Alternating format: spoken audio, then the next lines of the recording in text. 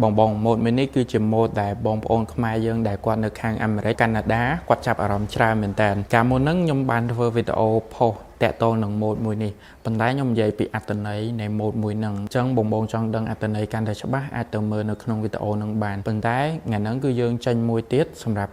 ភ្ញៀវដែលគាត់បាន customize និយាយទៅគឺម៉ូតមួយនេះគាត់ចង់បានម៉ូតប្រាសាទអង្គរវត្តដូចម៉ូតយើងធ្វើពីមុនអញ្ចឹងប៉ុន្តែលើកហ្នឹងគឺគាត់ customize គាត់ដាក់រូបព្រះពុទ្ធនៅក្នុងហ្នឹងដែរអញ្ចឹងគាត់ចង់បានរូបព្រះពុទ្ធស្ថិតនៅខាងក្រោមហ្នឹងបន្ទាប់មកយើងមានប្រាសាទអង្គរវត្តដូចជា concept ដើមរបស់យើងអញ្ចឹងយើងមានរុក្ខជាតិទូចខុសគ្នាយើងលម្អទៅតាមប្រាសាទនេះបងម៉ូតហ្នឹងពេលដាក់កែវទៅអញ្ចឹងស្អាតខ្លាំងហ្មងណាហើយអត់សូវធំហ្មងទេបងហើយបើសិនជាបងចង់យកជាមួយនឹងឈុនពូក៏បានដែរស្អាតមែនតើអញ្ចឹងសម្រាប់ព័ត៌មានផ្សេងតាក់ទងនឹងការធ្វើ